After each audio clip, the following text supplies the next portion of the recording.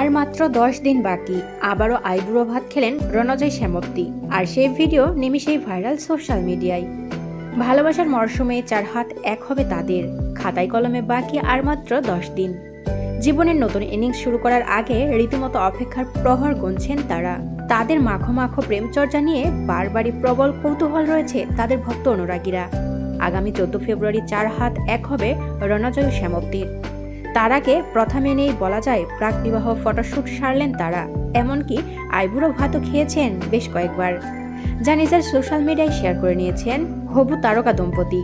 তবে সেই পোস্টের ক্যাপশন একটু অন্যরকমই, লিখেছেন বুড়ো ভাত, সঙ্গে লাভ ইমোজিও দিয়েছেন, সঙ্গে লিখেছেন উইথ ফ্রেন্ডস অ্যান্ড ফ্যামিলি, অর্থাৎ কাছের কিছু বন্ধু বান্ধবী এবং পরিবারের সকলের উপস্থিতিতে আবারও আইবুড়ো ভাত খেলেন রণজয় শ্যামপ্তি। এদিন নো মেকআপ লুকেই দেখা যায় শ্যামপ্তিকে, আর রণজয়ও বেছেছিলেন চেক শার্ট। আরও একটি ছবিতে দেখা যায় লাল শাড়ি পরে আছে শ্যামপ্তি, আর রণজয় পরে আছে লেমন কালার পাঞ্জাবি। আরও একটি ছবিতে দেখা যায় ব্লু রঙের শাড়িতে সেজেছে শ্যামপ্তি, আর রণজয় বেছে নিয়েছেন লাল পাঞ্জাবি হলুদ ধুতি। এভাবেই বেশ কয়েকবার আইবুড়ো ভাত খেলেন তারা। হবু দম্পতির এই পোস্টে শুভেচ্ছা জানিয়েছেন ইন্ডাস্ট্রির অনেকেই, শুভেচ্ছা জানিয়েছেন তাদের অনুরাগীরাও। প্রসঙ্গত দীর্ঘদিন চুপিসারে প্রেম করেছে তারা।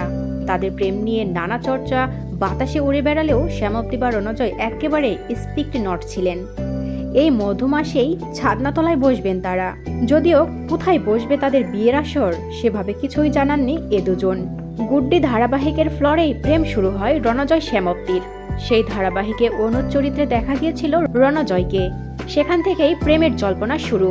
মাঝে নানা কটাক্ষ এসেছে তাদের দিকে, নানা কুমন্তব্য শুনতে হয়েছে অসমবয়সী প্রেম নিয়েও। তবে সেই সব একেবারেই কান দেননি তারা, গুরুত্ব দিয়েছেন নিজেদের সম্পর্ককেই। আর এবার সেই প্রেমেরই মধুরেণ সমাপয়েত ঘটতে চলেছে, আর সেটা ভ্যালেন্টাইন্স ডেতেই।